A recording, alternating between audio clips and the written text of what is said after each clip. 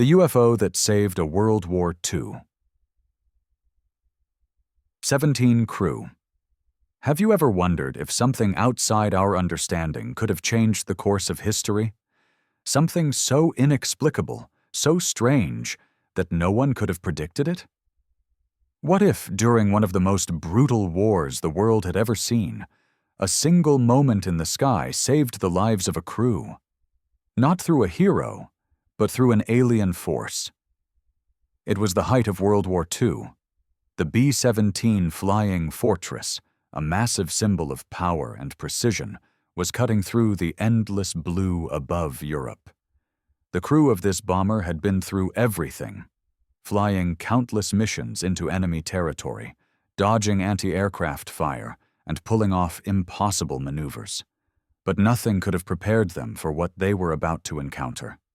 It was a routine mission, or so they thought. Flying over the enemy lines, the crew did what they had done so many times before. But as they neared their target, something unusual happened.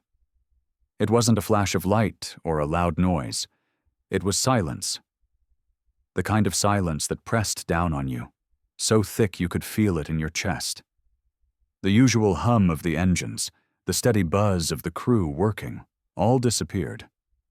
The captain, Major James Jimmy Wilson, felt it first. His hands gripped the controls, but there was something different.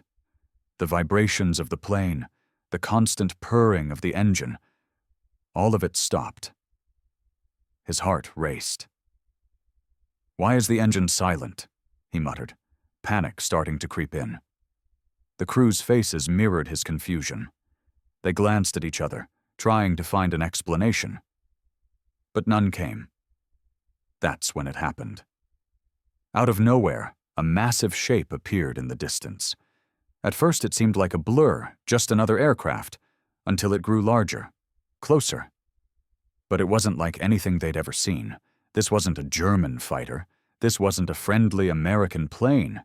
It was something else.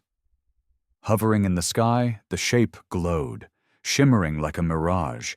Its edges flickered in and out of focus, as if it existed only half in this world. And then, just as quickly as it had appeared, it vanished. The crew had no words. What was that? What could it be? The confusion was overpowering, but there was no time to linger. The engines roared back to life. The hum returned. But everything had changed. What was that thing? Was it an illusion? A trick of the light? Or was something much bigger, much stranger at play? The crew couldn't answer that, but they felt it in their bones. Whatever it was, it had saved them. But how? That was the question that haunted them for years. One question that no one could answer. No one except the last survivor. The only one left to tell the story. And here's the kicker. That survivor. He didn't speak for decades, not a word. What really happened on that fateful day? What did the rest of the crew see? Was it a miracle? Or was it something more sinister? The truth, well, that's a different story. Keep watching, because if you skip ahead, you'll miss a revelation that will leave you questioning everything. But first, take a moment. Was it possible? Could something from beyond our world have intervened to save them? Leave a comment and let us know what you think. Don't forget to like if this strange moment gave you chills. We're just getting started. Stick around, because the story is only going to get more mysterious from here. So what happened after that mysterious moment in the sky? The B-17 crew had been saved. But something wasn't right. Something far beyond their understanding lingered in the air. The silence that followed the strange apparition wasn't just a pause in sound. It was a silence that seemed to crawl into the minds of the crew. And when the engines started up again, it wasn't the comforting hum they were used to. This was different. The engines roared to life, but there was a strange undercurrent, an unfamiliar vibration. The plane felt almost alive. The men exchanged uneasy glances, trying to shake off the feeling of unease. But it wasn't just the air that was strange. It was everything. "Is everyone all right?"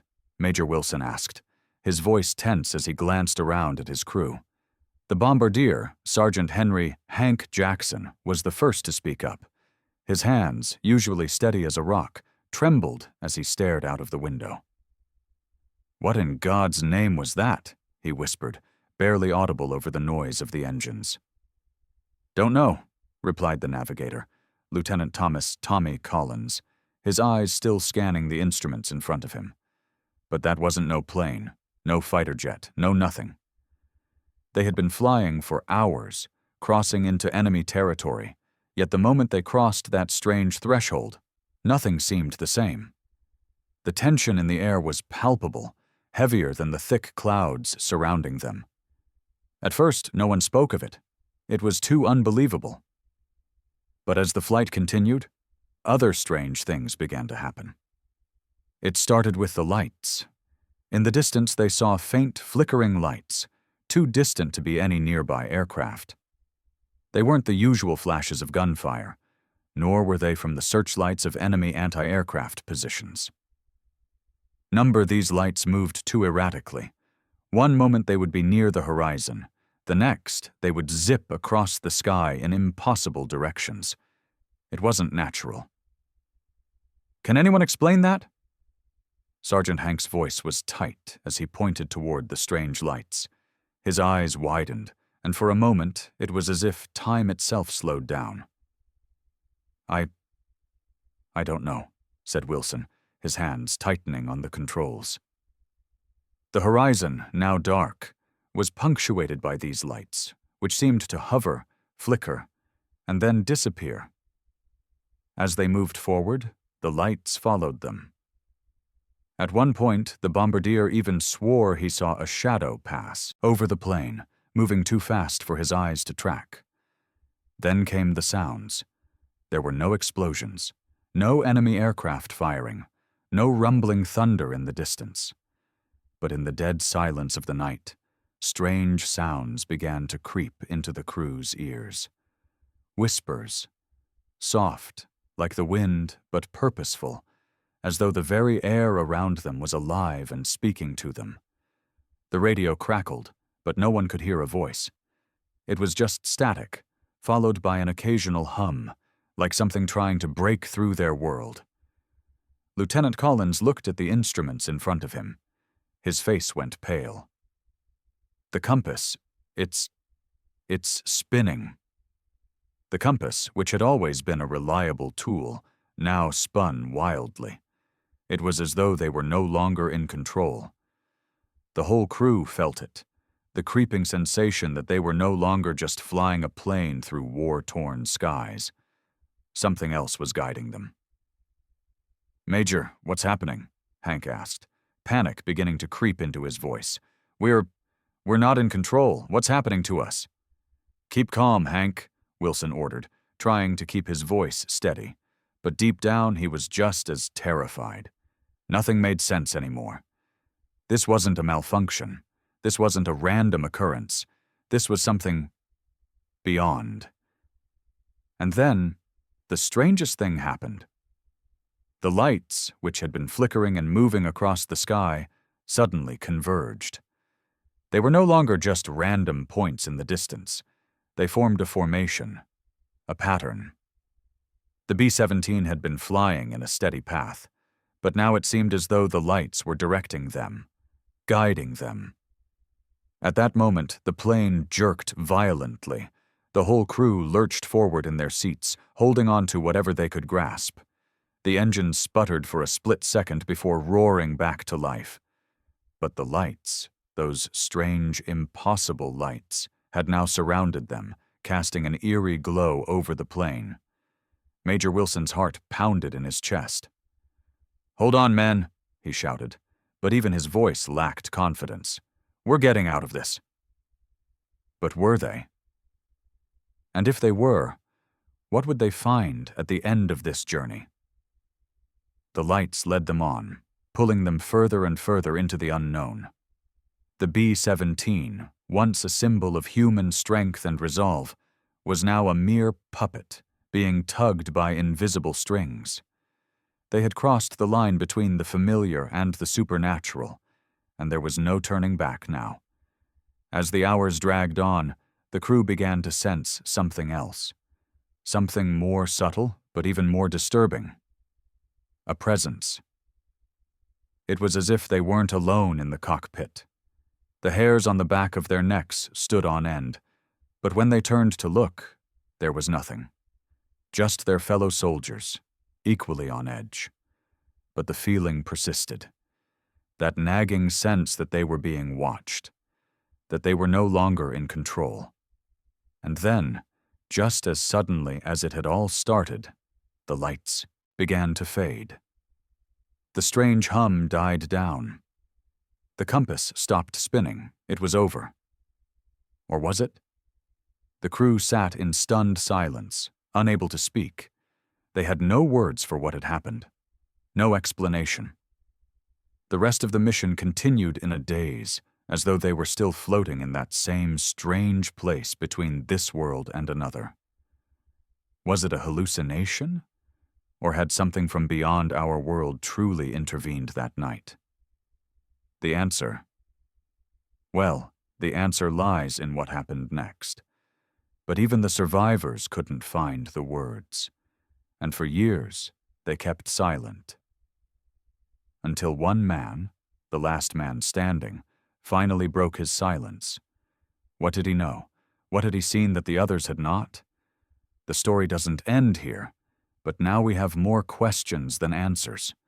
The mystery only deepens. Stay with us, because the truth is about to unravel in a way you could never expect. Before we continue, drop a comment below.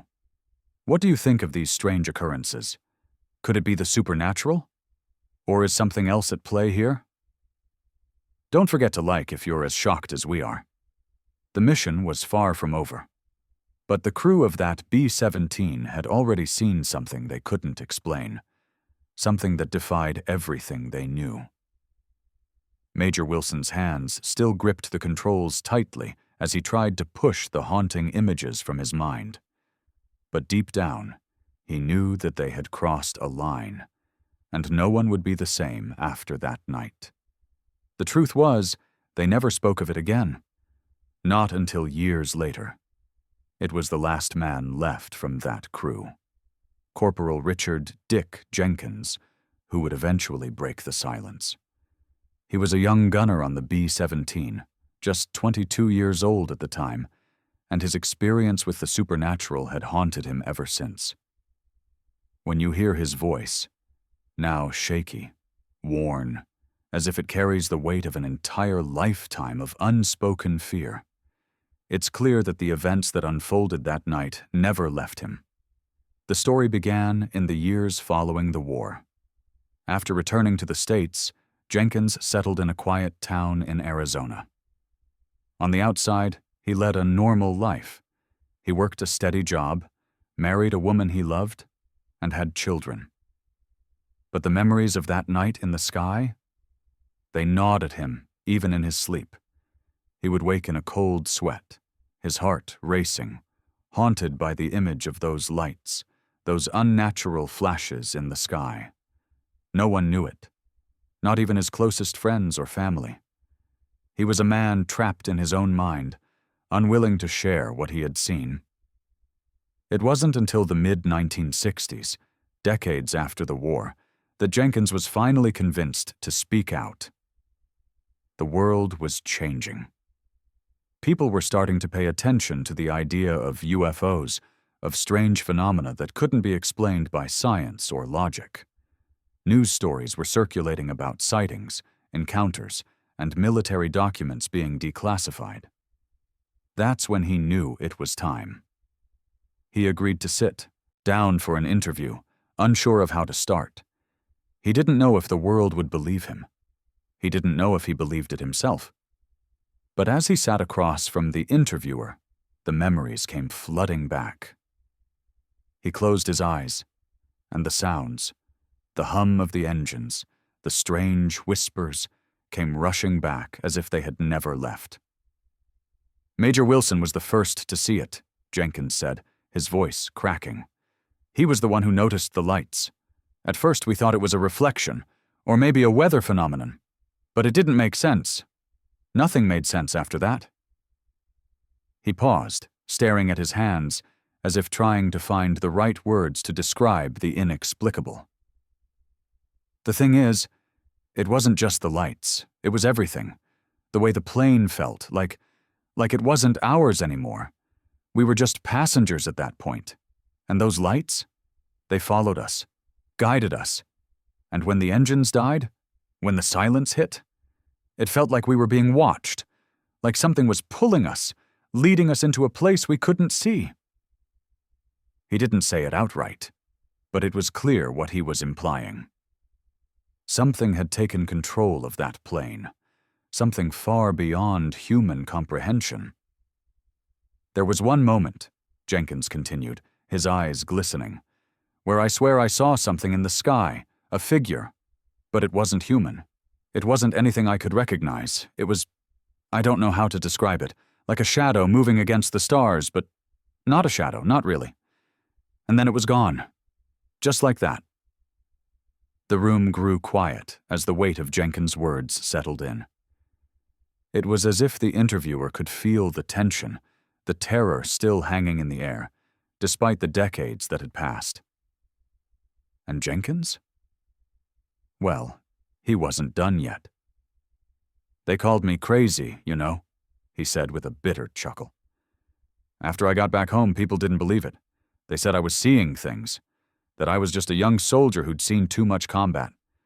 But I knew what I saw, and I'm telling you, there's more to it than anyone knows. Jenkins leaned forward. His voice dropped to a whisper. I'm not the only one who saw it. Wilson saw it. Hank saw it. Tommy saw it. But they all took it to their graves. No one ever spoke about it again. They were too scared, too terrified of what they might have seen. But I couldn't let it go. I couldn't just pretend it didn't happen. I know the truth now. And I know what I saw that night wasn't human. He took a deep breath, his eyes now clouded with emotion. It was a UFO. That's the only explanation. Something came to us that night. And it wasn't just to save us. It was something bigger. Something otherworldly. Jenkins's story sent ripples across the community. People who had known him for years suddenly looked at him differently. His revelation caused a stir, but it also left more questions. If what Jenkins said was true, if that UFO really did intervene during World War II, why? What did they want? What was their purpose? The questions were endless, and they would only grow deeper as Jenkins revealed more about that fateful night. Was it a miracle? Or had they stumbled into a phenomenon no one understood? Jenkins wasn't sure, but he knew one thing. What happened that night wasn't just a coincidence. The UFO didn't just save them. It had a purpose that no one could explain. And as Jenkins began to recount the details of that night in greater depth, the mystery only deepened. He recalled strange sounds, visions of distant landscapes that didn't belong, and feelings of being drawn toward something, a force that was guiding them. But the crew wasn't the only one affected. Major Wilson, who had once been the Rock, the leader of the crew, had slowly started to change after that mission. He was never the same man again. But even as Jenkins spoke, he was careful. He wasn't revealing everything. There were parts of the story he still couldn't explain. Parts that were still too much for him to put into words. Parts of the encounter that still terrified him, even in the safety of his home. The more he talked, the clearer it became. The UFO that had saved them didn't just stop there. It left something behind. A connection, a memory, and perhaps an invitation. And so the story continued. The deeper Jenkins dug into the mystery, the more he realized that there was something greater at play. something waiting to be uncovered. But that wasn't the end. No, the next chapter was even stranger. What happened next would lead Jenkins, and anyone brave enough to listen, into a terrifying realization. The truth, after all, wasn't what they expected, but you'll have to stick around to hear it. As the years passed, the world continued to turn, but for Richard "Dick" Jenkins, the memories of that night never seemed to fade. The more he tried to bury them, the more vivid the images became. Those lights, the eerie silence, the presence that felt too real to ignore. Yet even now, as he shared his story, there was a nagging feeling deep within him. Something else had happened that night. Something darker. It wasn't just the lights in the sky, nor was it the strange hum of the plane's engine as if it were alive. There were things they hadn't seen, but had felt. And those feelings, as vague and intangible as they were, gnawed at them even in the safety of the airbase. They couldn't explain it, but they could sense it. The B-17 crew had flown dozens of missions together, facing bombs and bullets, each mission blending into the next with grim predictability. But that night, oh, that night, was different. The fear they'd felt wasn't from enemy fire. It wasn't the threat of bombs or flak. It wasn't even the terror of being shot down. It was something unseen. Something they couldn't touch, yet something that pressed in on them, crushing their spirits. It wasn't until weeks later that Jenkins, unable to sleep, began to connect the dots. At first it was subtle. In the barracks he'd hear whispers, soft and fragmented. Sometimes it was just a flicker out of the corner of his eye. But as the days went on, the occurrences became harder to ignore. The first was a shadow.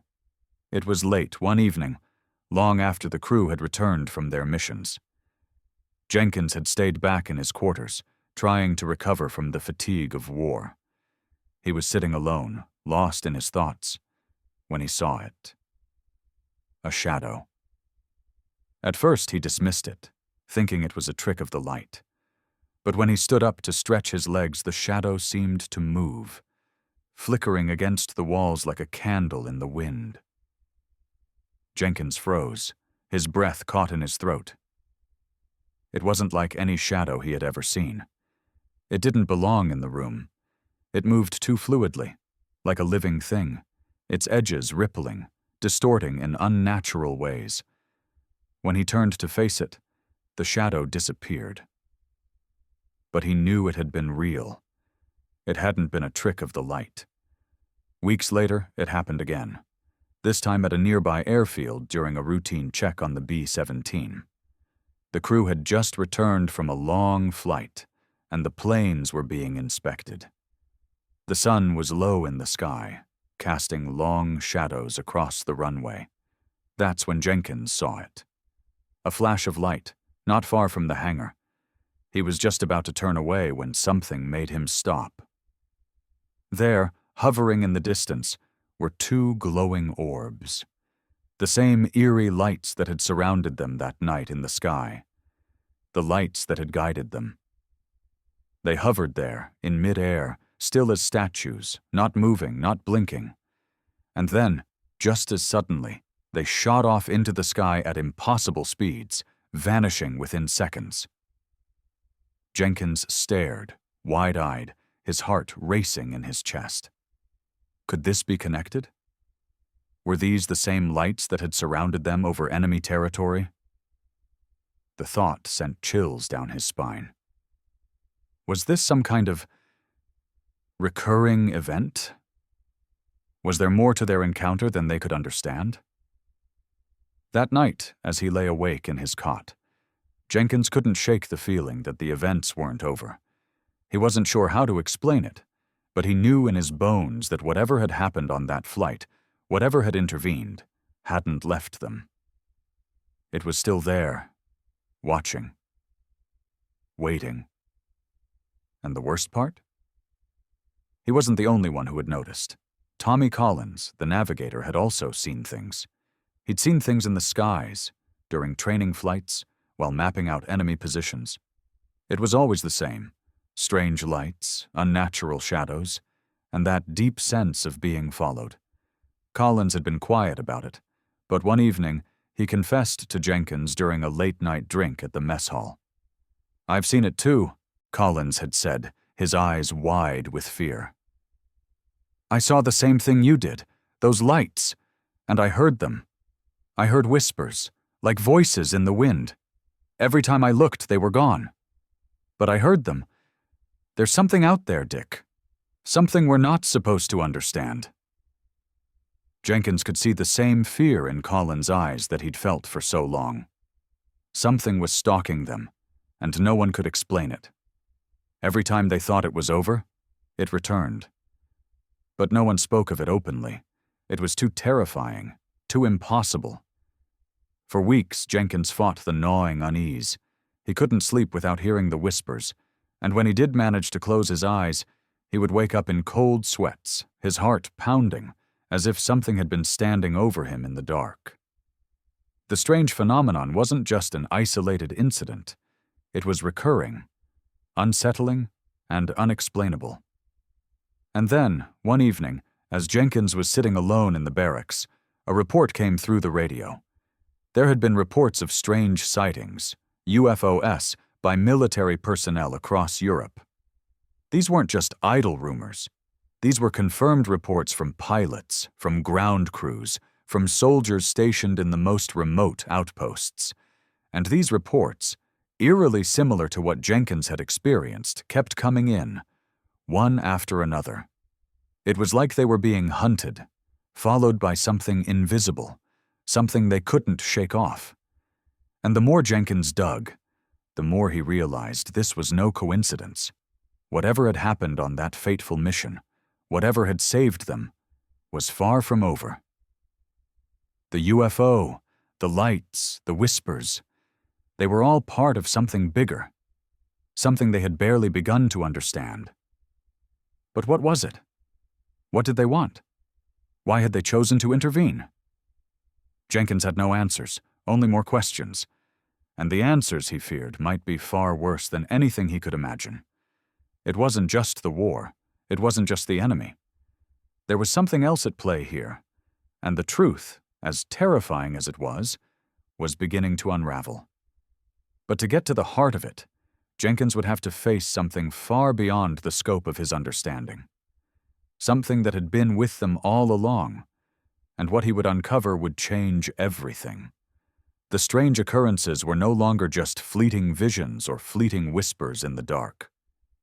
Jenkins could no longer escape the feeling that something far beyond their control had intervened that night, and he was finally starting to unravel the deeper mystery that had been haunting him, and the rest of the crew, since that fateful mission over enemy lines. But it wasn't until Jenkins started to piece together fragments of old war reports, records from other crews, and even conversations with surviving veterans, that the true extent of what had happened that night began to dawn on him. What he learned was something so disturbing, so beyond the scope of anything they had understood, that it sent shivers down his spine. It was the documents. Some had been buried in the archives of the military, classified for decades, yet something inside Jenkins urged him to keep digging. His curiosity was no longer just about his own encounter. It was about the history that had been hidden for so long. The more he searched, the more he found, and it all pointed back to the very incident that had altered the lives of so many. One evening, as Jenkins sat alone in his small apartment, flipping through a stack of old, yellowed papers, he stumbled upon a letter that had been sent to his crew just days after their mission. The letter was marked with the usual military formality: top secret, for your eyes only. It was from a higher-ranking officer, someone who had been monitoring the airspace during their flight. At first glance, the letter appeared to be just another post-mission report. But something caught his eye. The words weren't just about the mission or the success of their bombing run. No, they were about something else entirely.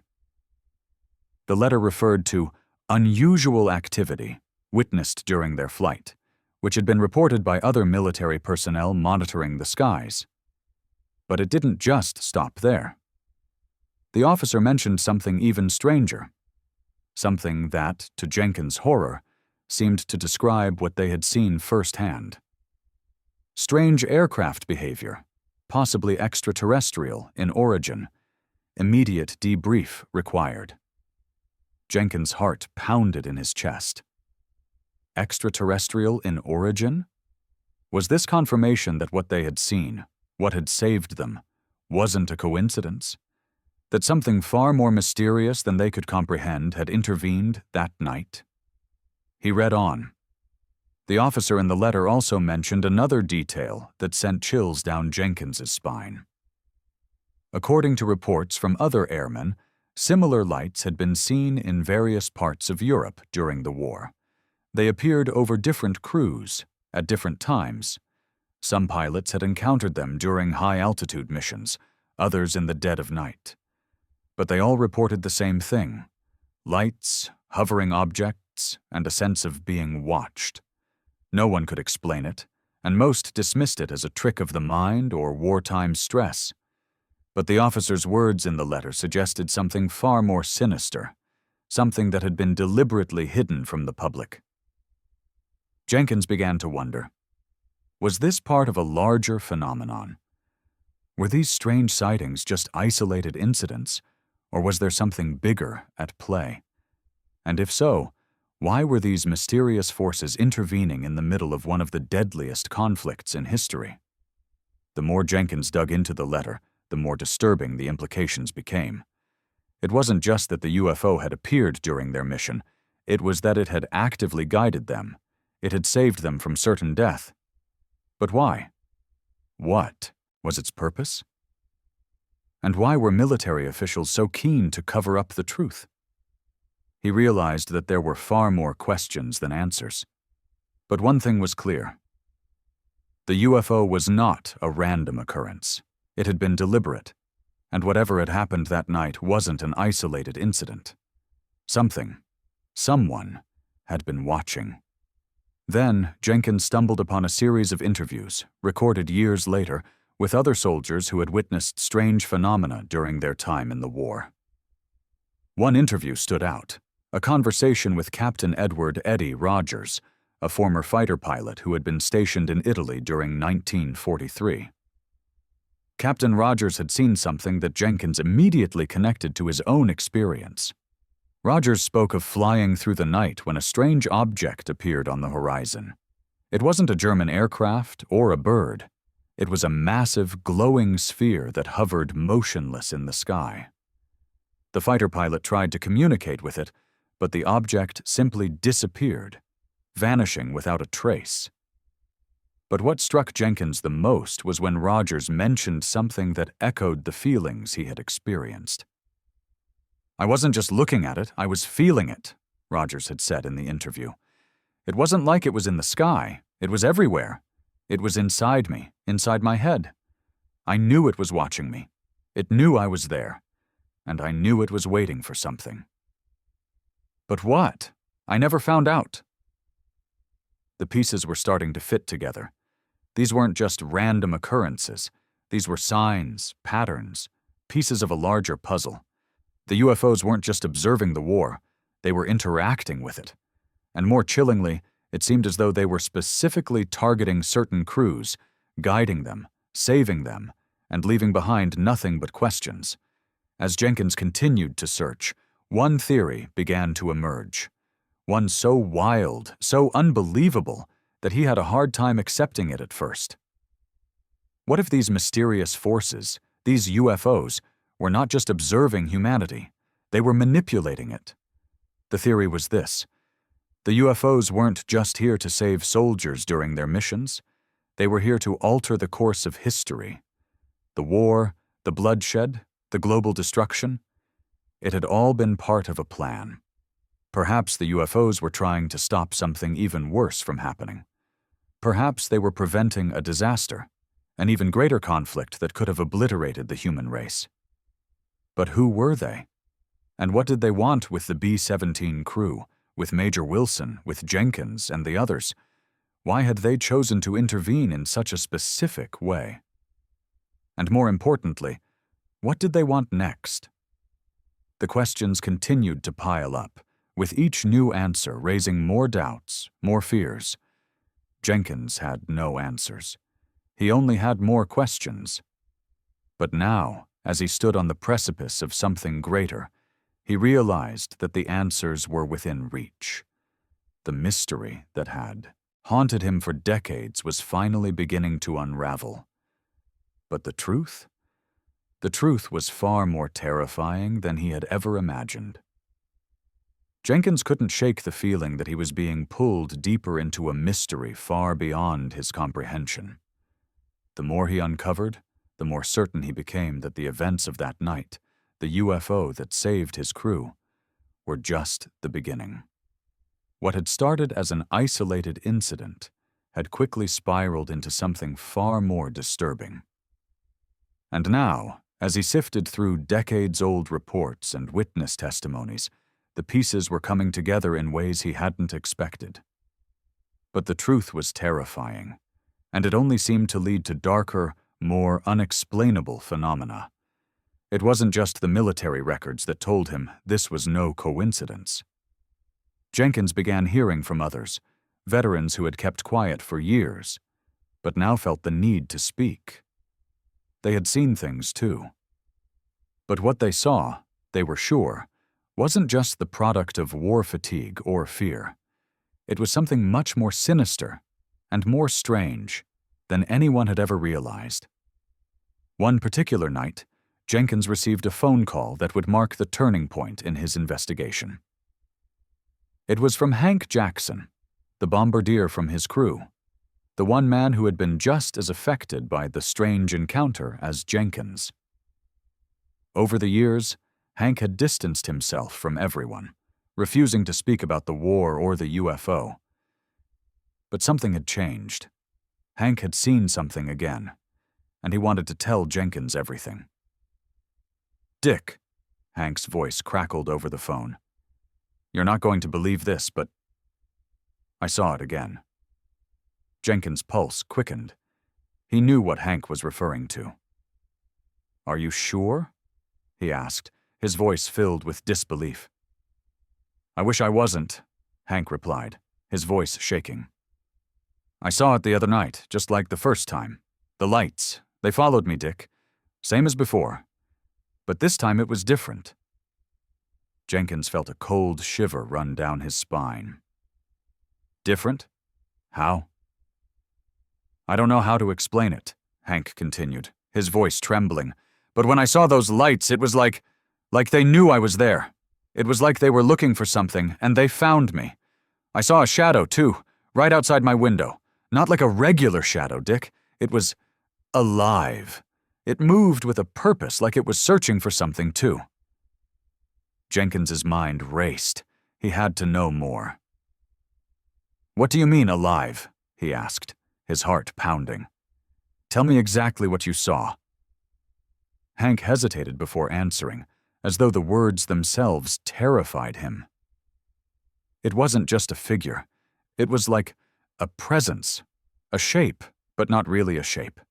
I couldn't see details, just this dark energy. And when I looked at it, it felt like I was being pulled into it, like it was reaching for me. Jenkins had heard enough. He couldn't let this slip away. It was clear.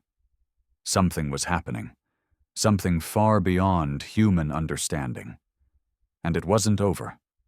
In fact, it seemed like the phenomena was intensifying. The next few days were a blur. Jenkins couldn't sleep, couldn't stop thinking about what Hank had said. He decided to take matters into his own hands and see for himself.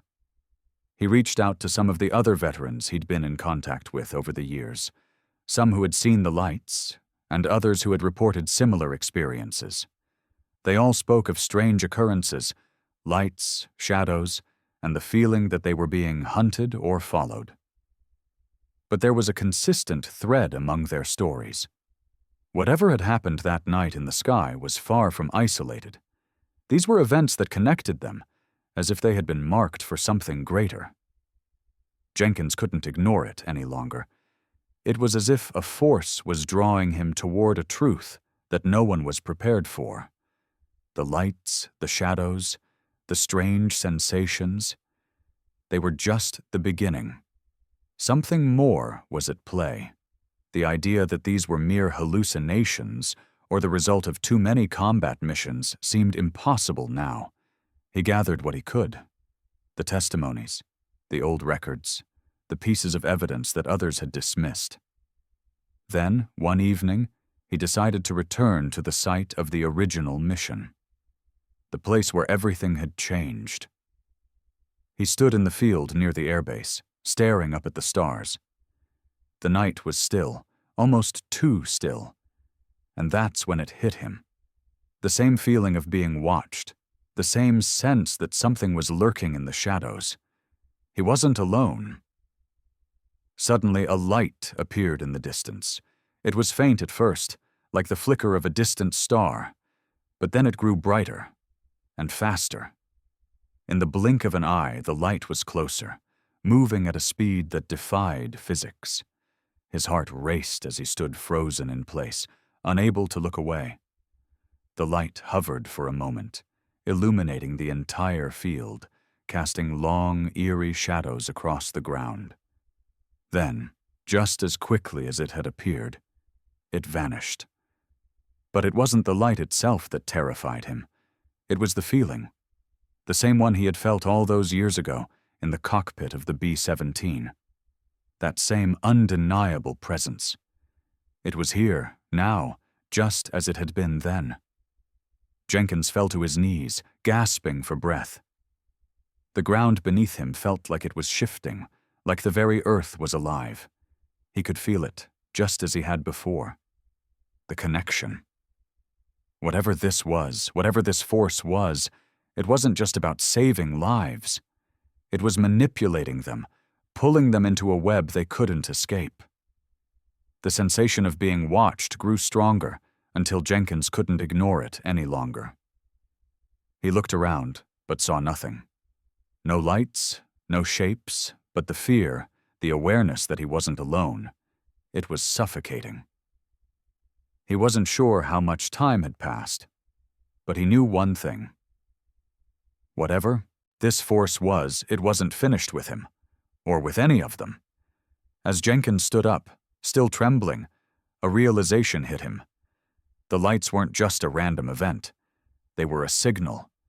They were marking the crew, and possibly others, for something far more complex than anyone could understand. But the question still loomed. Why had they saved them? And why had they come back? What was it they were trying to communicate? What was their purpose? There were no answers. Not yet. But Jenkins knew this much. The strange phenomena weren't over. In fact, they were escalating. The UFOs, the shadows, the whispers, they were all part of something much bigger. And the truth was out there, waiting to be uncovered. But to find it, Jenkins would have to confront the impossible. He couldn't back away now, and neither could anyone else who had witnessed it. Jenkins stood alone in the darkness, his breath coming in quick, shallow bursts. The sensation that he wasn't alone had never been more overwhelming. The faint hum of the night felt oddly out of place, the world around him far too still, as though nature itself held its breath. That light, the one that had appeared from nowhere and vanished just as quickly, had been a clear message. But what was it trying to say? The questions that had plagued him for years, questions he'd barely dared ask aloud, now roared in his mind, louder than ever. What did they want? Why were these forces manipulating their fates? What was their purpose in guiding them through the war and beyond? And the more Jenkins thought about it, the more certain he became. The UFOs were not just passive observers, they were involved in something much bigger. They had a reason. But what? He had to know more. The knowledge, the truth, it was out there, and Jenkins felt like he was standing on the precipice of something that could shatter everything he knew. But the problem was, the more Jenkins dug, the more elusive the answers became. The more he tried to make sense of it all, the murkier it all seemed. Back at his apartment, Jenkins pored over documents and letters, anything he could find that might provide some clue about the UFO sightings that had plagued him and his crew. But the deeper he went, the more the answers seemed to slip through his fingers like smoke. There were bits and pieces, fragmented accounts from other soldiers, barely legible reports from the military archives, all hinting at something strange, but nothing concrete.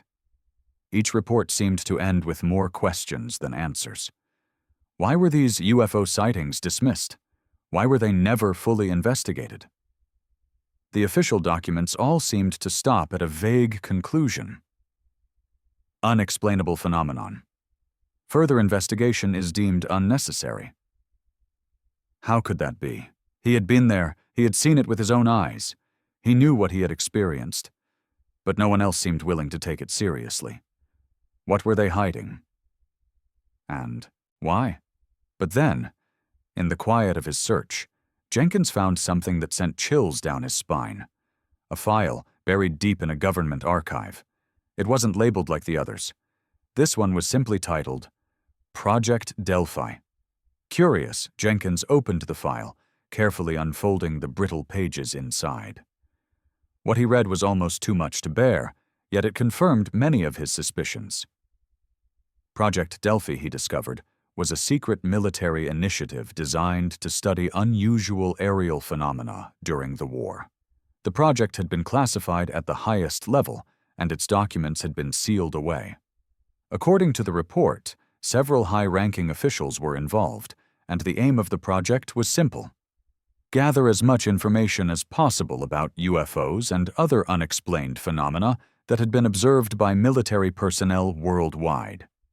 But it wasn't the project details that grabbed Jenkins's attention. It was the name at the bottom of the page, General Harold Westbrook, the officer responsible for overseeing the project. Jenkins didn't recognize the name at first, but then he remembered. Westbrook had been involved in the same unit that had tracked his crew's mission that night.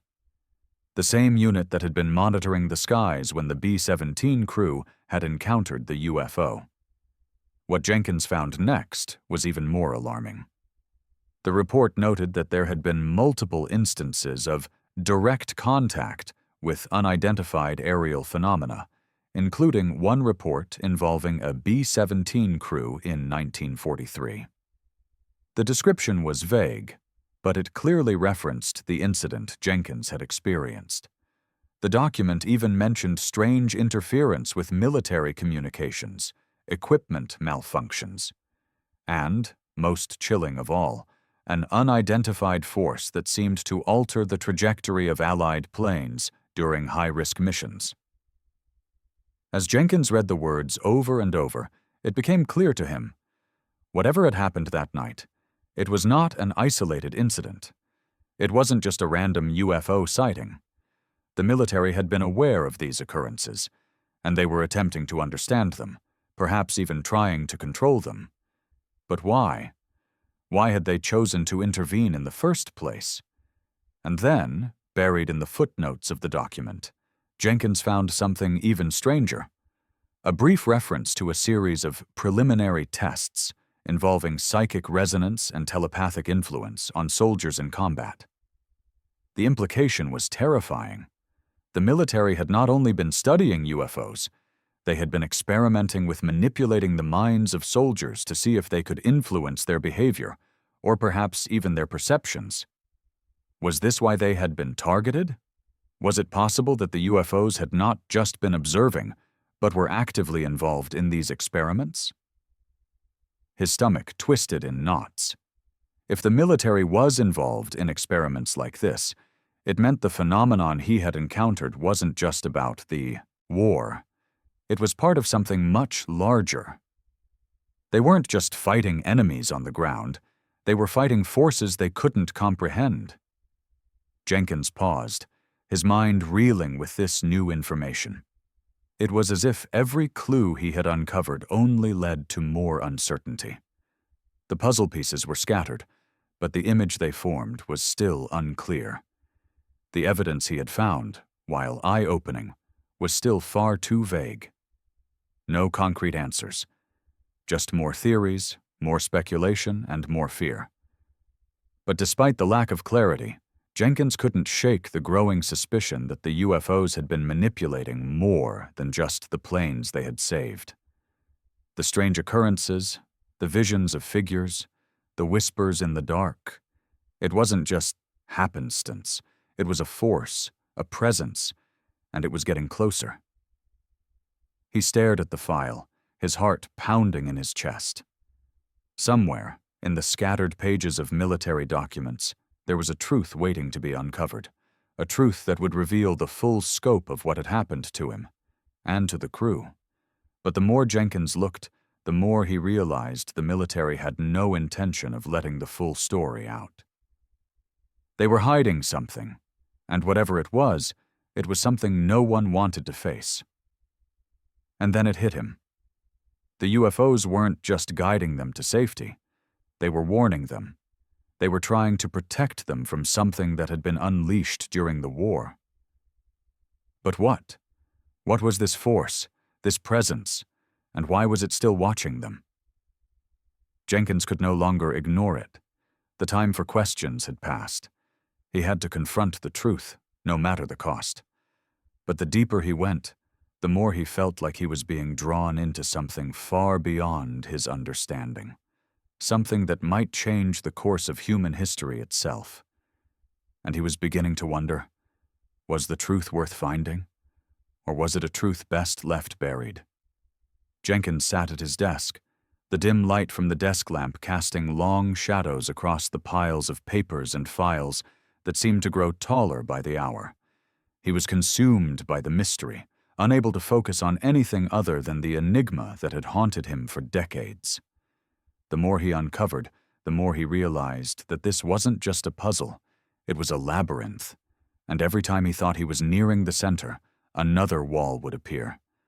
The military files, the testimonies, the unexplained events, they all pointed to something far bigger than a simple UFO encounter. But no one, not even Jenkins himself, could fully understand what it was. He couldn't shake the feeling that this was no coincidence, no random event in the chaos of war. There was a deliberate purpose behind the UFO sightings, behind the strange lights, behind the unexplained interference with military operations. He needed more evidence. It wasn't just the fragments of old documents that had drawn him in. It was the truth that seemed to be eluding him, always just out of reach. And the more he thought about it, the more certain he became. The key to unraveling the mystery lay in the unexplained, in those moments that couldn't be dismissed as coincidence. The lights, the figures, the whispers. His obsession with finding more evidence took him on a relentless pursuit. Jenkins reached out to old contacts, veterans, and military personnel who had experienced similar phenomena during the war. He sent letters to anyone who might have known something, anything that could shed light on the mystery. But each response left him with more frustration than clarity. No one seemed to know anything concrete. They all had stories, of course. Stories about strange lights in the sky, objects that defied the laws of physics, but nothing that could be definitively explained. And then, one evening, he received a letter from an unexpected source, a former officer, Captain Thomas Caldwell, who had been stationed at a military base in England during World War II. Caldwell had written to Jenkins after hearing about his investigation into the UFO sightings. The letter was brief, but to the point. "If you want answers, meet me in London. But be prepared. What you're looking for is far darker than you realize." Jenkins' heart raced. For the first time in years, someone was offering him something real, something tangible. He packed his things that night, eager to follow this new lead, despite the gnawing fear in the pit of his stomach. He didn't know what he was about to uncover, but he couldn't walk away now, not when the answers were so close. When he arrived in London, Caldwell was waiting for him. The older man greeted Jenkins with a firm handshake, his eyes shadowed with a mixture of exhaustion and wariness. They exchanged pleasantries, but it was clear neither man was interested in small talk. They had come for answers. "I've been watching you, Jenkins," Caldwell said, his voice low. "I've seen what you've uncovered. You're closer than you think to the truth, but it's not what you're expecting, not by a long shot." Jenkins felt a chill run down his spine. "What do you mean?" he asked, his voice barely above a whisper. Caldwell glanced around cautiously before leading Jenkins into a small, dimly lit office. He closed the door behind them, then turned to face him, his expression deadly serious. "The UFOs. They're not just visiting. They're not here to observe us or to protect us. They're here for a reason, one we're still trying to understand. And it's bigger than anything you or I could ever have imagined." Jenkins was still processing Caldwell's words when the captain handed him a file. Thick, heavily sealed, and stamped with the same top-secret markings Jenkins had seen in the military archives.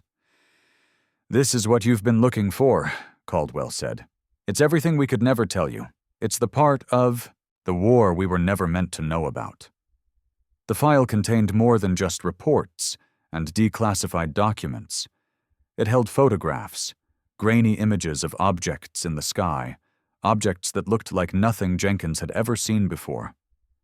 They weren't planes. They weren't conventional aircraft. They were spheres, oblong shapes, and even one that appeared to be a large, glowing pyramid hovering over a field. The images sent a shock through Jenkins as he flipped through them. But it wasn't just the photos that startled him. There were handwritten notes, written by soldiers who had witnessed these objects. They described seeing these strange crafts on multiple occasions. At night, near military installations, near bombing runs, and even during moments of intense combat. They described the lights, the strange behaviors of the objects, and the overwhelming sense that they were being observed. But there was one detail that caught Jenkins' attention above all the others. There was a note from an officer who had been stationed at a base in Belgium during 1944. He mentioned a particularly harrowing encounter. "We saw it again, that glowing ball of light. But this time it wasn't alone. It was surrounded by shadowy figures. Soldiers saw them too. The presence was overwhelming.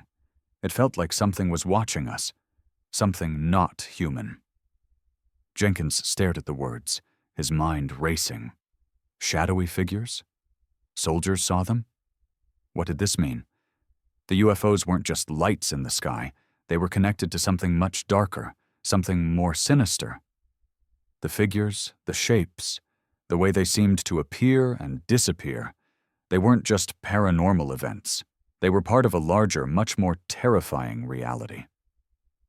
"I know what you're thinking," Caldwell said, breaking Jenkins from his thoughts. "It's impossible. But what if I told you the UFOs weren't just visitors? What if they've been here for a long time? What if they've been manipulating us for years?" Jenkins' heart raced. This was it. The moment he had been waiting for. But the question remained. What was this force, and why had they chosen to reveal themselves now? "I don't have all the answers, Jenkins," Caldwell said, his voice growing softer. "But I can tell you this.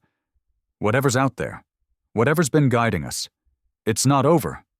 The war was just the beginning. There's something bigger coming, something we can't control." Jenkins felt a cold sweat on his forehead as he looked down at the file. The truth was more terrifying than he had ever imagined. The UFOs weren't just observers. They were players in a game much larger than the war, and they had been manipulating events long before the conflict started. And now, it seemed they were gearing up for something even more dangerous. Jenkins had gotten closer to the truth, but the deeper he dug, the darker it became. He could no longer deny it. The UFOs had been guiding them for a reason, and that reason was part of a much greater mystery that had yet to be fully revealed. But one thing was certain. Jenkins couldn't stop now. He was too close. The answers were just within reach. And now he had no choice but to continue down this dark, dangerous path, no matter where it led. Jenkins could feel his pulse quicken as he sifted through the new information.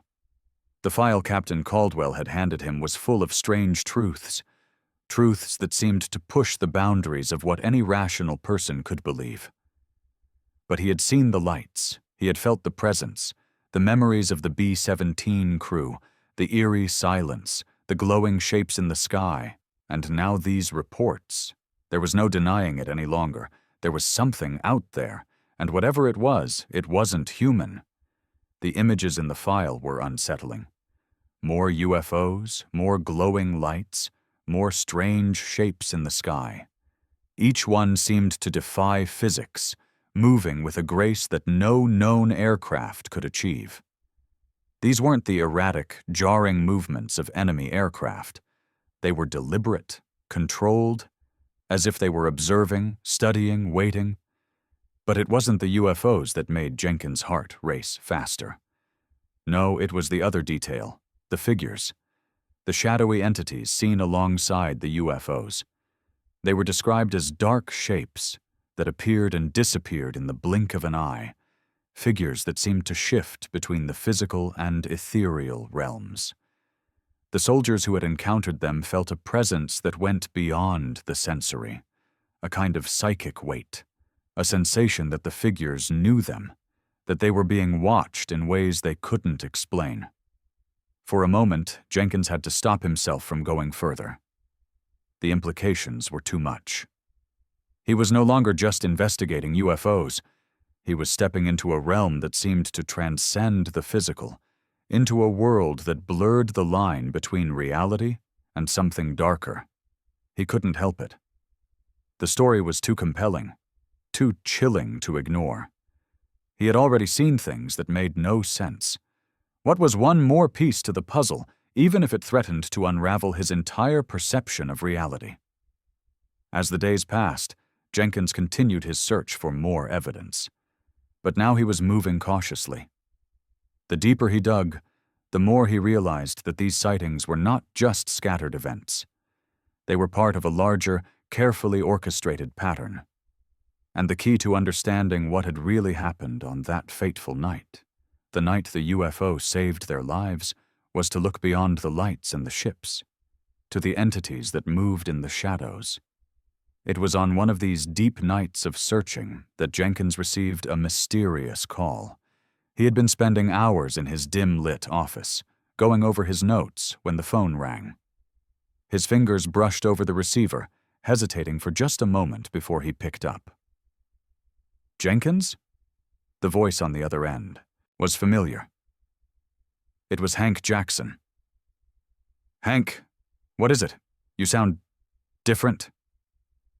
"I've seen them again." Hank's voice trembled, filled with the same fear that had haunted him all those years ago. "But this time, they're not just lights. They're not from this world, Dick. I swear to God, they're not human." Jenkins's heart skipped a beat. Where? Where did you see them?" "Not far from here," Hank responded quickly, as though he were looking over his shoulder, afraid to speak too loudly. "I was out in the woods, near that old airfield, and I saw them again. The lights. But there was something different this time. It was like they were waiting for me. And the figures, those shadowy things, they were standing in the field, watching me." Jenkins's throat went dry. He could hear the raw fear in Hank's voice. "Hank, I need you to tell me everything. What happened? What did you see?" Hank hesitated. "The figures, they moved, Dick. They didn't just hover. They walked, but they were so fast I couldn't keep up. When I looked at them, I saw something in the air. almost like a shimmer, but it wasn't a reflection. It was like they were phasing in and out of existence. I tried to move closer, but when I did, the lights, they came right at me. They surrounded me, and I couldn't breathe. I thought I was going to die. Jenkins' pulse hammered in his chest as he tried to process what Hank was saying. You're sure? These were the same figures you saw back then? The ones you described after the mission? Yes, but they're more real now, Dick. They're here. They're waiting for something. And whatever it is, it's coming. The line went silent for a moment, and Jenkins could feel the tension, the fear building in his chest. It was as though the very air around him had thickened, as though something was pushing down on him from all sides. What do you think they want, Hank? Jenkins whispered, his voice shaking with a realization he had been trying to avoid. What are they waiting for? I don't know, Hank replied, his voice hoarse. But whatever it is, we're in the middle of it, and they're not just here to watch anymore. They want something from us. Before Jenkins could ask anything more, the phone line crackled. A strange, eerie static filled his ears. Then the call abruptly cut off. Jenkins was left staring at the receiver, his mind racing.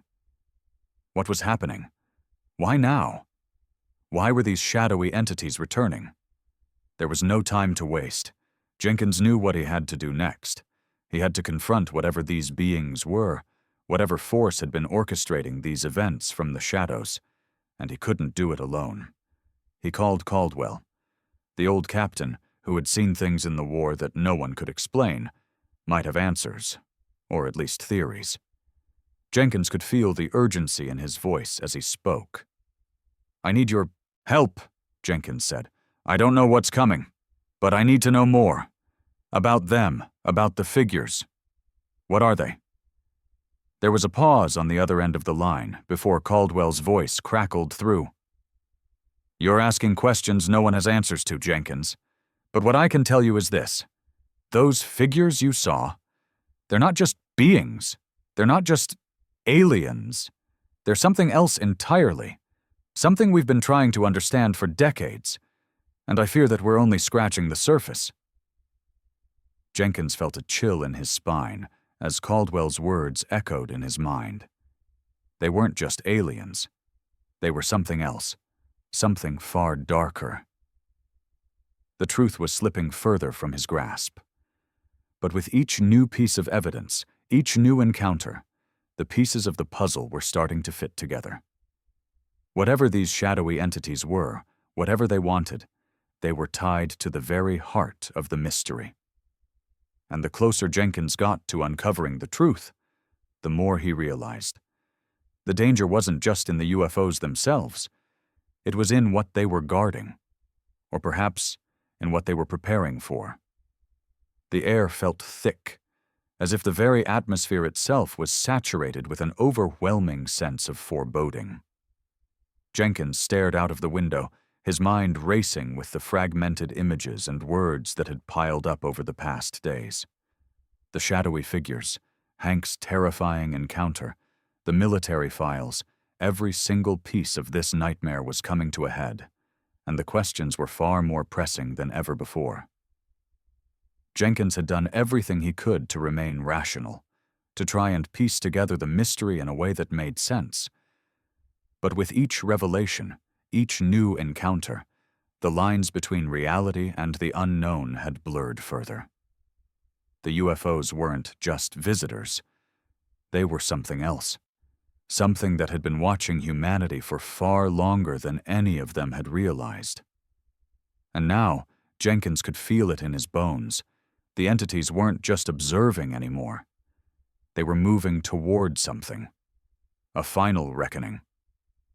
The realization hit him like a ton of bricks. They weren't just waiting. They were preparing for something. But what? He couldn't ignore it any longer. The war, the B-17 mission, everything had been part of something much larger. The UFOs hadn't saved them out of some sense of mercy. They had intervened for a reason. But Jenkins wasn't sure if the war had been the final chapter, or if it was just a prelude to something far more catastrophic. The phone rang again, pulling him out of his thoughts. This time it was Caldwell, and his voice crackled through the receiver with a sense of urgency that made Jenkins's stomach drop.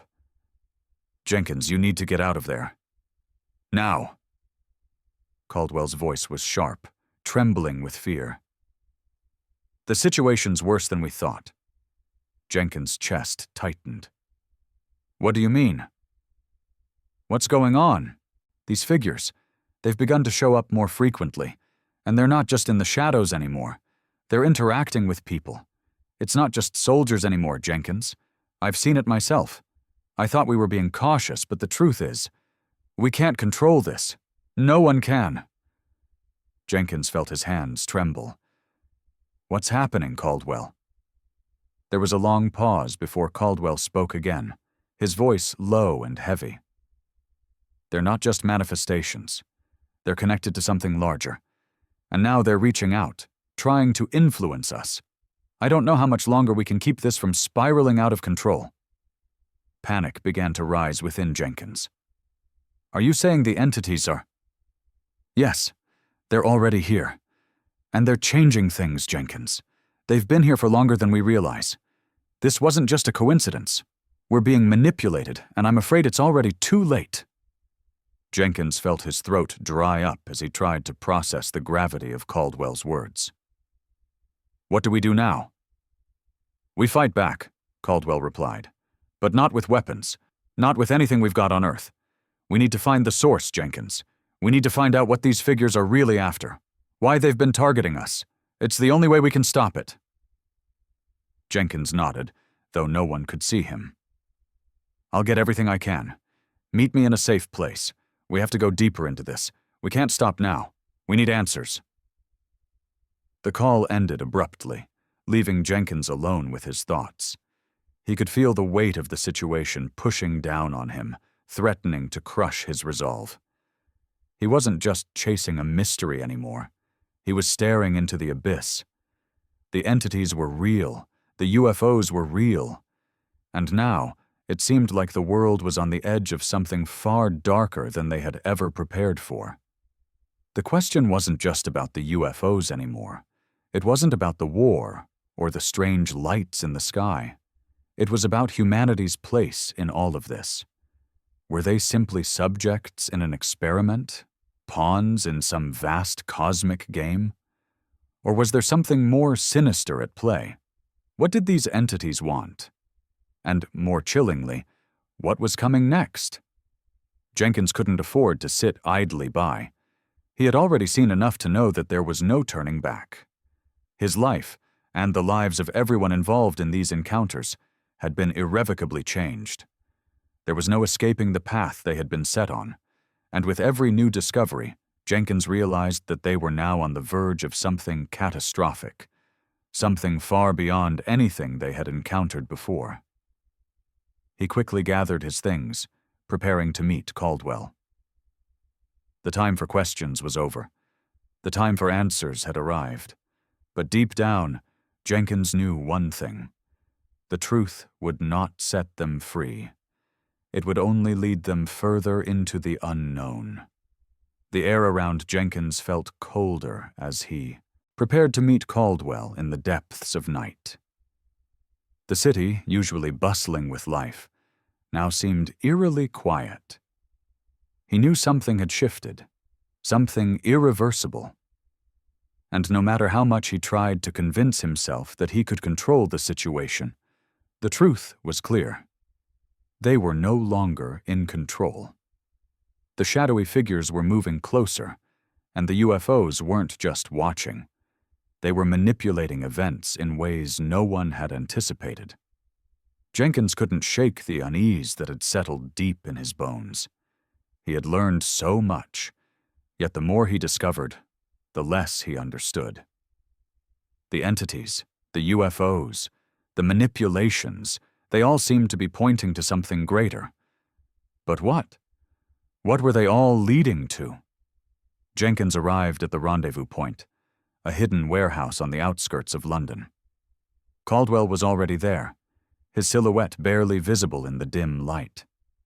There was a tension in the air between them, a shared knowledge that neither could escape.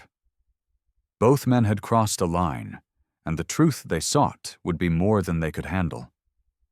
Caldwell didn't waste time with pleasantries. "I've gathered everything I could," he said, handing Jenkins another set of files, this one thick and heavy with documents, photographs, and handwritten notes. Jenkins didn't ask questions. He opened the file and began scanning the pages, his eyes darting over the photographs first. More UFOs, more shadowy figures, and something else. There, buried in the middle of the stack, was a new set of documents, ones that seemed far more ominous than the others. Caldwell saw the shift in Jenkins' expression. "You see it, don't you?" he said, his voice hushed. "This is the part we've been looking for, the missing piece." Jenkins nodded, his throat dry. These weren't just reports anymore. They were detailed accounts of direct contact, not just with UFOs, but with something far more dangerous, something beyond the understanding of any human being. The first report detailed an encounter that took place in 1944 during a particularly brutal bombing run over France. A B-17, much like Jenkins' crew, had encountered strange lights that seemed to communicate with them. But this report wasn't just about lights in the sky. It was about the crew's interaction with the figures, the shadowy entities that had been seen on the ground. One soldier described seeing a figure standing in the field, its shape indistinct but towering, almost like a silhouette against the stars, only it was shifting, flickering in and out of focus. He went on to describe the overwhelming sense that the figure wasn't just watching them. It was searching for something. It knew we were there. It knew what we were thinking. And I couldn't move. I couldn't speak. It felt like we were being controlled. Jenkins read the words over and over, his stomach tightening. The figures weren't just passive observers. They were influencing minds. They were manipulating the crew, guiding them. The second report detailed the aftermath of that same encounter. The crew members, after returning from the mission, began experiencing intense nightmares. Nightmares of the shadowy figures, of being trapped in a place that felt like another world, one they couldn't escape from. One man described hearing whispers in his sleep, voices that seemed to be calling him by name, urging him to follow. And worse, there were rumors that some soldiers began to vanish without a trace. "Just like Hank," Jenkins muttered under his breath. "The same thing happened to him."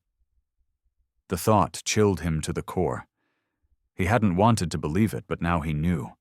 The UFOs, the figures, they weren't just waiting for something to happen. They were trying to control it.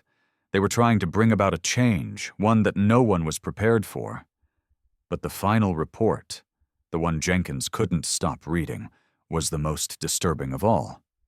It came from General Westbrook, the officer who had overseen Project Delphi. The report was dated just months before the war ended, and it contained a warning. "The phenomena we are dealing with is not of this world. The entities we've encountered are not alien, but interdimensional.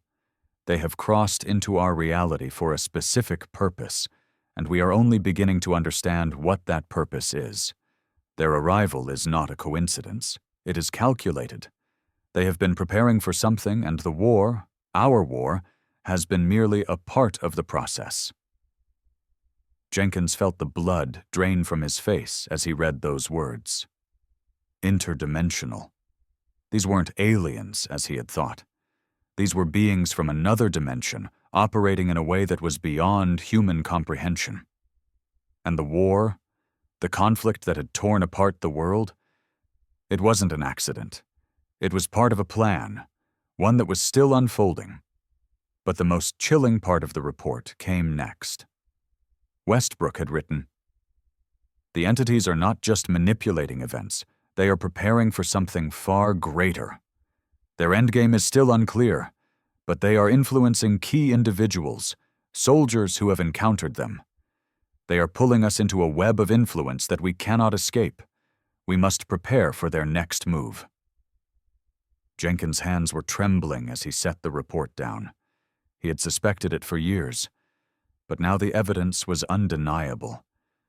The UFOs, the shadowy figures, they weren't just alien visitors. They were influencers, manipulators, and their presence in human history was far from random. They had a purpose, and that purpose was bigger than anything anyone had imagined. "You see, Jenkins," Caldwell's voice broke through the silence. "It wasn't just about saving your crew. It wasn't about just getting you through the war. This was part of something much bigger. Something that's been happening since the beginning of human history. They've been preparing us for a shift. Something that will change everything we know about the world, about reality." Jenkins swallowed hard. "What's next, Caldwell? What do they want from us? And can we stop it?" Caldwell looked at him with a grim expression. "I don't know if we can stop it. But we have to try. If we don't, it's not just humanity that's in danger, it's the entire fabric of reality itself." The weight of his words hung in the air. Jenkins stood still, processing the gravity of what had just been revealed. The war was only the beginning. The UFOs, the figures, the manipulation, they were all part of a bigger plan, and now it was up to them to uncover the final pieces of the puzzle.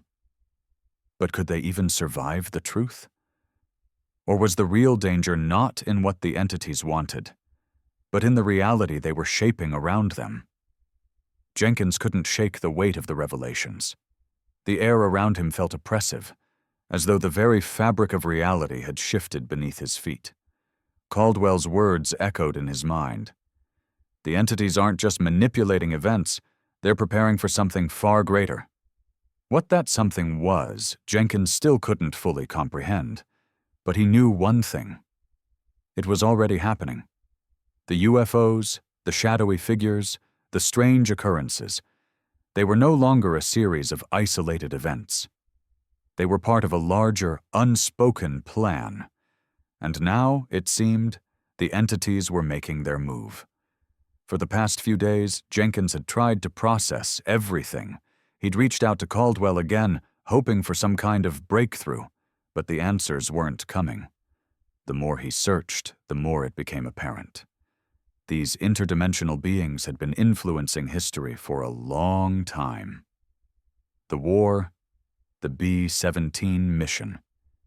It had all been pieces of a much larger puzzle, and no one had known it until now. But just when Jenkins thought he had a handle on things, something new happened. He received a phone call late one night. The voice on the other end was shaky, desperate. It was Hank Jackson.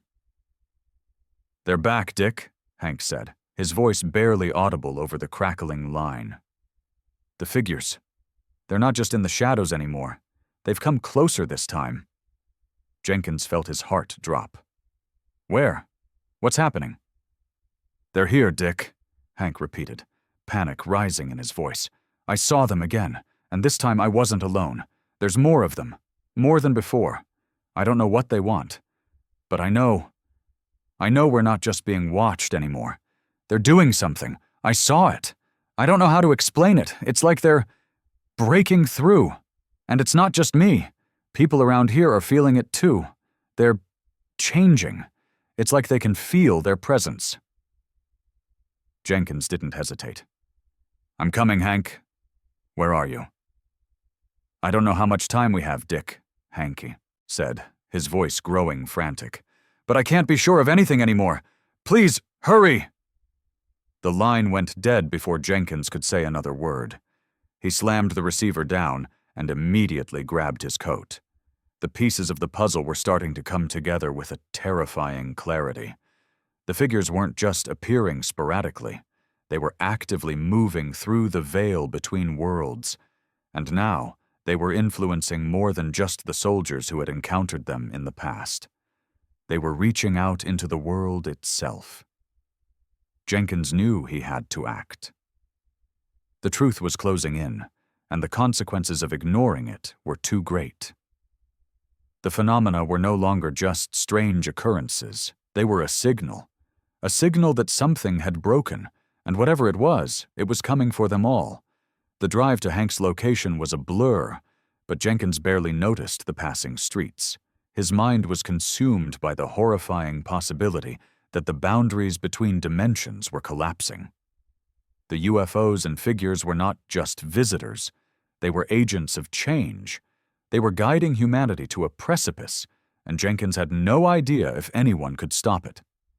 When he arrived at Hank's location, a small farmhouse on the edge of town, he was greeted by the sight of Hank standing in the yard, his face pale, his eyes wide with terror. And behind him, the sky had darkened unnaturally, an eerie glow illuminating the horizon. The air around them seemed to hum, charged with an unexplainable energy. "Hank," Jenkins called, rushing toward him. "What's going on? What happened?" Hank turned to him, his gaze distant. "They've come back, Dick. They're not just in the sky anymore, they're in the ground. It's like they're reaching up from beneath the earth, pulling us in. I don't know how much longer we can—" Before Hank could finish, a low, resonating hum filled the air. It seemed to come from everywhere, vibrating through the ground and into Jenkins' bones. His heart raced, and a cold sweat broke out on his forehead. He turned toward the source of the noise and saw it. A brilliant light hovered just above the ground, flickering like a star, but much larger. The light split into multiple beams, each moving in different directions. And in the center of it all, there stood a figure. The same shadowy figure Jenkins had heard about. It was standing motionless, almost like a silhouette. But it wasn't just a shadow anymore. It shifted as though it were in constant flux, like a glitch in reality itself. Jenkins' blood ran cold. "Hank, get back!" he shouted, grabbing his friend's arm and pulling him away. But Hank didn't move. He stood there, transfixed, his eyes locked on the figure. Jenkins tugged harder, but it was as if Hank's body had frozen. "No," Hank whispered, his voice strained. It's coming closer. I can feel it. I can feel it inside me." Jenkins glanced back at the figure, and that's when he saw it. The light surrounding the figure wasn't just light, it was an energy field. A pulse, vibrating with intensity, as if the figure was drawing power from the very earth beneath them. "Hank!" Jenkins shouted again, shaking his friend, but Hank didn't respond. He was lost in the presence of the figure, as though it were pulling him into its grasp. Jenkins felt a sharp pang of terror. This wasn't just an encounter with another being. This was something much darker. The humming grew louder. The figure's shape began to solidify, becoming clearer, more tangible. It wasn't just standing anymore, it was moving, gliding toward them, as though walking through a dimension they couldn't see. And as it approached, Jenkins could feel the air around him warp and twist, like something was tearing at the very fabric of reality.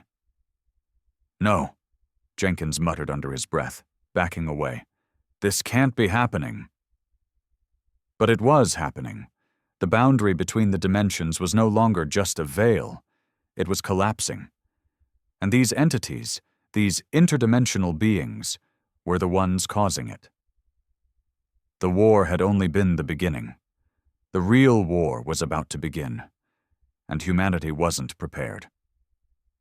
Jenkins grabbed Hank again, pulling him towards the car, but it was clear. They were too late. The figure reached out a hand, and Hank's body stiffened, his eyes wide with terror, as if the entity was entering his very soul. "Hank!" Jenkins screamed, but it was too late. The world felt like it was being pulled apart at the seams. Jenkins could feel it. The very ground beneath his feet trembled, as if some unseen force was shaking the foundation of reality itself. Hank, caught in the thrall of the figure, was no longer his friend. He was something else, something beyond human comprehension.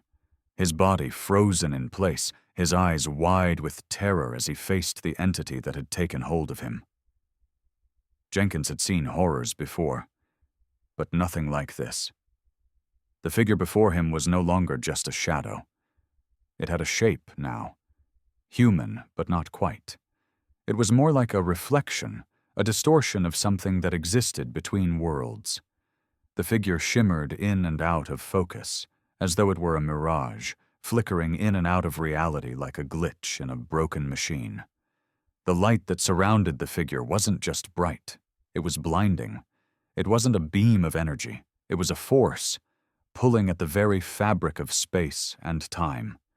Jenkins felt it, the pull, the magnetic force of the entity. His mind screamed in protest, but his body moved of its own accord. He couldn't stop himself. His legs carried him forward, toward the figure, toward the edge of reality, where everything he had believed to be true was now being questioned.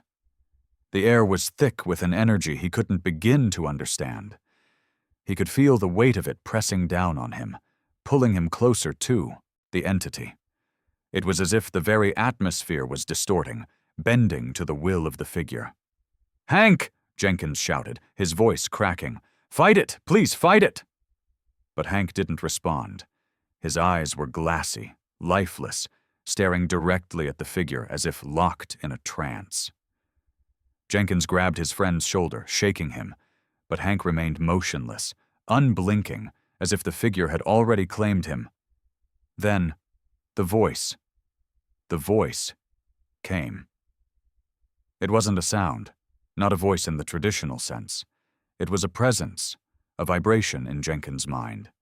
He could feel it, deep in his soul, like a cold wind brushing against the core of his being. "You do not understand," the voice reverberated, not through his ears, but through his thoughts. "You are nothing more than a fleeting echo in the universe, a passing moment in time. We are the ones who have always been here. We are the architects of your world, and now you will be the witnesses to our creation." The figure's form twisted, shifting like liquid, and suddenly it was no longer standing. It was moving, gliding toward Jenkins with a speed that defied physics. He wanted to move, to run, but his body was frozen in place, his feet rooted to the ground. The light grew brighter, blinding him, and the voice became louder, surrounding him. "You do not have the power to stop this. You cannot change what is inevitable." The words drilled into Jenkins' mind, shaking him to his very core. He could feel the weight of the entity's power, the realization that whatever this being was, it was beyond the reach of human understanding. These interdimensional figures weren't just manipulating events. They were the catalysts of something far greater. The war, the UFOs, the shadowy figures. It had all been part of their plan. And now Jenkins was standing in the middle of their final act. But then, just as the figure's tendrils of energy reached for him, something inside Jenkins snapped. His mind surged with determination. He couldn't let this happen. He couldn't let them win. Hank, his friend, his brother in arms, was slipping away. Jenkins wasn't just going to stand by and watch everything unravel. He shoved his hand into his jacket pocket and pulled out the small piece of equipment Caldwell had given him. The device. It was something Caldwell had been working on in secret, a device designed to interact with the strange phenomena they had been investigating. Caldwell had never explained it fully, but Jenkins knew that it was their last hope. Jenkins pressed the button. The device hummed to life, emitting a faint, high-pitched tone that seemed to vibrate through the air, cutting through the oppressive energy that surrounded them. The figure paused, flickering as if unsure of what to make of the sound. It hesitated, just for a moment. And in that moment, Jenkins acted. With a primal shout, he grabbed Hank by the shoulders and pulled him away from the figure. The force was immense, and it took every ounce of Jenkins' strength to break Hank free from the figure's grasp. The light seemed to pulse with anger, the vibrations growing louder. But Jenkins didn't stop. He didn't care if he couldn't understand what was happening. He just knew they had to escape. "Hank, come on!" Jenkins yelled, shaking his friend's body. "We have to get out of here now!" For a brief moment, Hank's eyes blinked, as if coming out of a trance. He gasped, taking in deep breaths as if waking from a nightmare. His body jerked in Jenkins's arms, and he looked around in confusion. What happened? Where are we?" Hank muttered, still groggy, his body shaking. "We're not safe, Hank," Jenkins said urgently. "We have to go. We have to get out of here before it's too late." But even as he spoke, the light began to fracture. The figure's form was distorting, bending in unnatural ways, as though reality itself couldn't hold its shape any longer. The very air around them rippled like water, distorting the world as if it were a picture fading into static. Jenkins didn't look back. He couldn't afford to. He could feel the pull of the figure, its presence, its power, tugging at his very soul. They were running out of time. They stumbled toward the car, and Jenkins slammed the door shut behind them, starting the engine with a jolt. The wheels spun on the dirt road, kicking up dust as they sped away from the farmhouse. Through the rearview mirror, Jenkins saw the glow of the figure in the distance, its light flickering like a dying star. But it wasn't just a figure. It was the edge of something that threatened to tear through everything they knew. Jenkins' hands were shaking as he drove, but he didn't dare slow down. There was no safety anymore. They had crossed a threshold, and now there was no way back. The device had done something. It had interfered with the figure, disrupted its influence. But Jenkins knew this was only a temporary victory. The entities were not done. The world they were manipulating was still fragile. And the truth was, no one knew what they wanted. But one thing was certain. They weren't finished. The end had not yet come. Jenkins didn't slow down as the car barreled through the winding roads, its tires kicking up dust and gravel, the engine growling like an angry beast. He could feel the weight of Hank's presence beside him, still shaken, still disoriented by the terrifying experience they had just survived. But Jenkins couldn't afford to be distracted by that. He had to keep moving. He had to get them to safety. They had barely escaped the figure, but it wasn't over. Not by a long shot. The pulse, the strange vibrations, the sense of reality warping around them. It was all a sign that something much worse was coming. The light, the entity, the interdimensional being. They were all part of a larger plan. A plan that wasn't just concerned with their reality, but with the very fabric of existence itself. The road ahead stretched endlessly into the night, but the weight of their situation seemed to hang over them like a suffocating cloud. Jenkins's mind raced, the facts of what he had just seen slamming into him with the force of a freight train. This wasn't just about saving the world.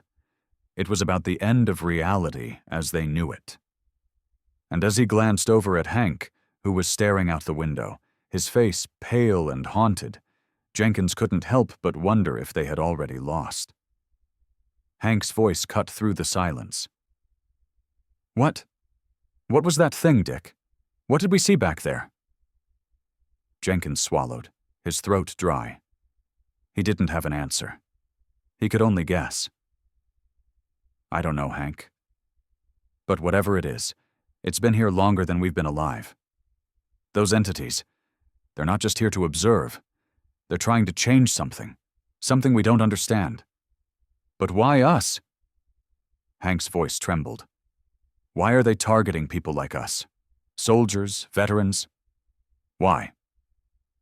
Jenkins didn't know. The question had been nagging at him ever since the encounter. Why had they chosen this group? Why had the UFOs appeared, saving them from certain death, only to turn everything into a nightmare. Why had the war been part of the plan? "We've been pawns," Jenkins muttered, his voice tight. "Just like everyone else who's been touched by these events. The war, the UFOs, the shadowy figures. It wasn't just a coincidence. We've been part of something much bigger, and we didn't even know it." The hum of the engine was the only sound filling the car, and for a moment Jenkins allowed himself to focus on the road ahead. But he couldn't shake the feeling that they were running out of time. Finally, Hank spoke again, his voice barely above a whisper. "We need to find out what they want. We can't just keep running. We can't escape them forever." Jenkins nodded. "You're right. We need answers, and we need to confront them, head on." But how? How could they fight an enemy that existed outside their comprehension? An enemy that could manipulate the very fabric of reality? As if in answer to his question, the car suddenly lurched, the engine sputtering. Jenkins slammed his foot on the gas pedal, but the car stuttered again, and then came to a stop. "What the hell?" Hank gasped, looking out the window. "What's happening?" Jenkins tried to restart the engine, but it refused to turn over. Panic shot through him. He didn't know what was happening, but he knew it wasn't good. The air around them seemed to thrum with energy, a low hum that made the hairs on the back of his neck stand up. "We're not alone," Jenkins muttered. "They're here." The headlights flickered, casting eerie shadows across the road. The world outside seemed to distort, as if the air itself were bending. Through the crackling of the car's electrical system, Jenkins thought he heard something. A voice, faint but unmistakable. "You are not meant to interfere." It wasn't coming from anywhere. It was in his mind, in Hank's mind. The voice was all around them, and it was getting louder. "You are nothing. You cannot stop what is already in motion. Your time is up." Jenkins' heart raced as the figure, the one that had haunted them, the one they'd barely escaped, appeared in the headlights. But this time, it wasn't just a shape, a flickering shadow. It was solid, its form clear and tangible. It loomed in front of them, stretching far taller than any human could ever be. Its eyes, if they could be called eyes, glowed with an unnatural intensity, piercing the darkness around them. "Stay inside the car," Jenkins whispered, his voice shaking. He knew it wouldn't help, but it was the only thing he could think to say. The figure stretched a hand forward, and the ground beneath them began to tremble. The sky above seemed to crack, as if reality itself was splitting apart. Jenkins could feel it in the air, the pressure, as though everything around them was collapsing into a singularity. The figure's voice, this time not just in their heads, spoke aloud. "You are mere fleeting shadows in our world. The time of your reality has ended." Jenkins wanted to fight, to scream, to do something. But in the presence of the entity, he felt powerless.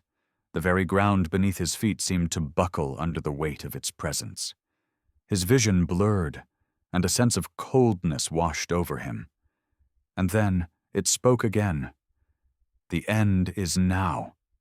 Jenkins' chest tightened as the world around him seemed to bend, the edges of reality twisting in on themselves. This wasn't just the end of the world. It was the end of everything. The fabric of space and time was unraveling.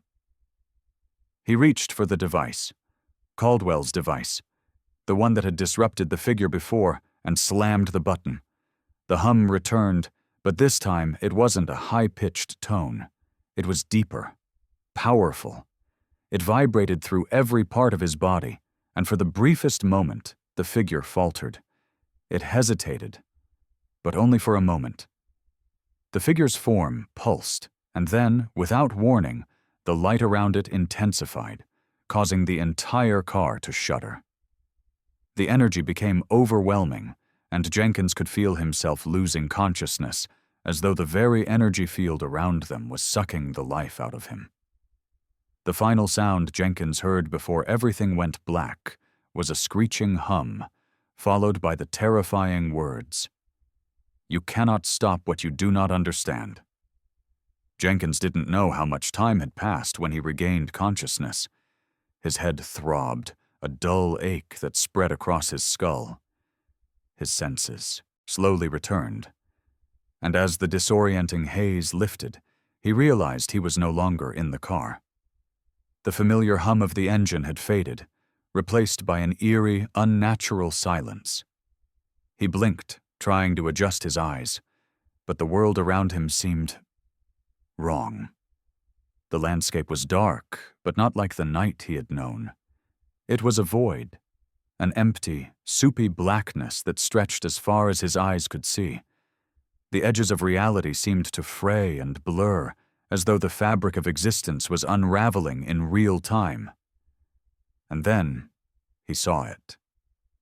Hank was standing beside him, but he wasn't the same. His face was expressionless, his eyes vacant, as though he were trapped in a stupor. His hands were limp at his sides, and he didn't move when Jenkins shook him. "Hank!" Jenkins shouted, but the sound of his voice was muffled, absorbed by the suffocating void around them. There was no echo, no reverberation, just an eerie silence. Hank didn't respond. The weight of dread settled heavily on Jenkins' chest. He was starting to understand the scope of what had just happened, and the terror of it washed over him like a cold wave. They hadn't just fought the entities, they'd lost. The device, the one Caldwell had given him, had been their last chance. The hum it had emitted was supposed to disrupt the energy, but it hadn't been enough. It had only temporarily weakened the figure, just enough for them to escape. But it hadn't been a solution. It hadn't stopped the end of their reality. Jenkins looked around, taking in the bizarre, distorted landscape. The air shimmered unnaturally, and there was no clear sense of direction. The world itself seemed to be collapsing in on itself. The ground beneath his feet was cracked, not in the way of a natural earthquake, but as though it was being pulled apart from within. And then the figure appeared. It materialized from the void, flickering into existence like an apparition. The light surrounding it was blinding, and the shadowy, shifting form that had once been so alien to Jenkins was now undeniable. There was no mistaking it. It was the entity, the one that had been manipulating them, controlling events, pulling at the threads of their existence, and now it was standing before them. Jenkins' heart raced, but there was no fear, not anymore. The fear had been replaced with an understanding that was colder and more terrifying. They were at the end of everything. The figure raised its arm, and the air vibrated, distorting reality in its wake.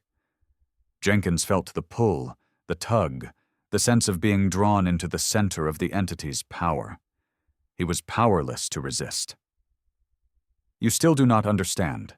The figure's voice resonated in his mind, not through words, but through thought itself.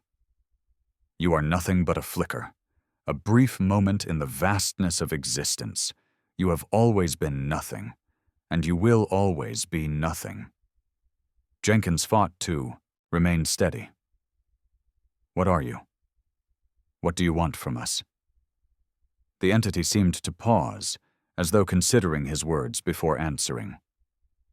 "We are the architects, the shapers of the universe. We have always existed beyond the limits of your understanding. We have been here since the beginning of time, and we will remain when all that you know is gone. This is not the end. This is the beginning." Jenkins felt his breath catch in his throat. The weight of the truth was unbearable. The war, the UFOs, the shadowy figures, they had been preparing humanity for this moment. They had manipulated history, guided events, all leading to the collapse of reality itself. He turned to Hank, still standing motionless beside him. The vacant expression on his face spoke volumes. Hank was lost. They were all lost. The entity continued, its form shifting and warping like a mirage. You are witnessing the end of a cycle that began long before you ever existed. Your world, your dimension is but a fragile construct, a brief moment in the fabric of existence. You were never meant to understand the forces at play. Your time is over. Jenkins' legs weakened, his mind racing with the magnitude of the situation. "We can't stop it?" he whispered, more to himself than to the entity. The figure's presence intensified. "Number, this has always been the way of things. You will fade, and something new will take your place. This is not destruction. This is evolution. A new reality will emerge, one we will shape, one we will control." Jenkins stood motionless, the cold reality sinking in. There was no salvation. There was no turning back. They had been chosen, manipulated, and now they were being discarded. The entity wasn't just ending the world.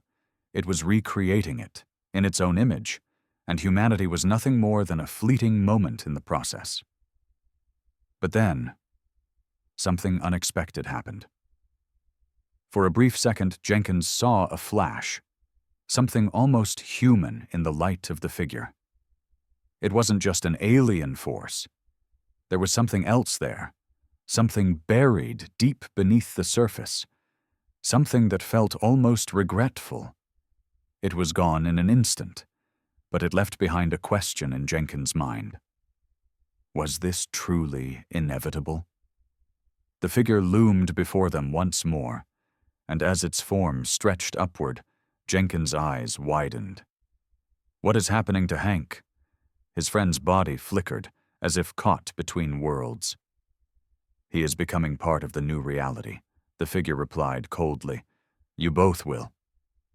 Jenkins shook his head, refusing to accept it. "No, this can't be it." But the entity didn't respond. Instead, it raised its hand, and with it, the ground beneath Jenkins' feet began to fracture. The void stretched outward, pulling at his very being. Jenkins felt his body rippling with the energy, as though his soul was being torn apart and reconstructed at the same time. He had no control, no power. He was being pulled into a new existence, one he couldn't understand. And as the figure's light enveloped him, he realized that whatever came next, it wouldn't be for him. It wouldn't be for any of them. And just as quickly as it had begun, Jenkins was lost in the darkness. Thank you so much for following along with this incredible journey. It's been an honor to help you explore this mysterious, thrilling tale of UFOs, interdimensional beings, and a reality in flux. You've been a fantastic partner in this adventure, and I'm so glad we got to uncover these secrets together. If you ever want to dive into another story, explore new mysteries, or just chat, don't hesitate to reach out. The universe is vast, and there's always more to discover. Thanks again for letting me be part of this experience. Until next time, stay curious, stay brave, and never stop seeking the truth. Goodbye for now. Hi,